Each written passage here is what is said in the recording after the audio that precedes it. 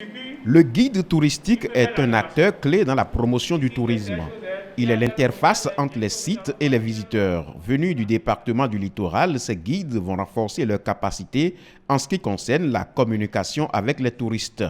Une communication unique qui ne doit pas varier d'un guide à un autre.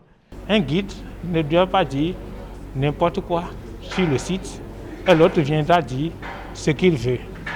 Donc, en matière de la gestion du produit documentaire et du produit touristique, l'information doit être unique et le guide est chargé de donner la même information à tous les visiteurs sur le terrain.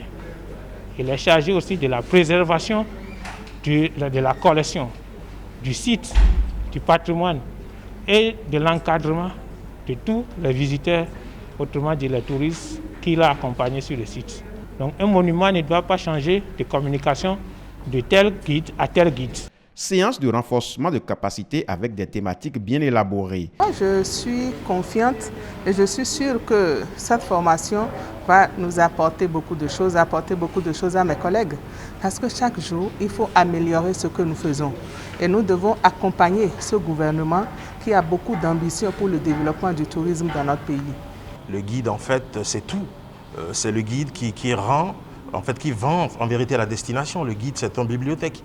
Si ce truc est mal fait, ça veut simplement dire que c'est toute la destination qui va pas. Parce qu'on l'a dit, vous recevez un seul touriste qui est content et qui rentre chez lui, il va peut-être en parler à 10 personnes, mais quand ça se passe mal, c'est que plus personne n'entendra parler de ça. Il n'y a pas d'école, en fait, de guidage au Bénin. Mais sachez qu'aujourd'hui, le gouvernement a mis en place, en fait, au niveau de l'Université nationale du Bénin, le métier de guidage aujourd'hui qui est pratiqué. Ces guides touristiques reçoivent ainsi d'autres notions pour faire efficacement leur travail.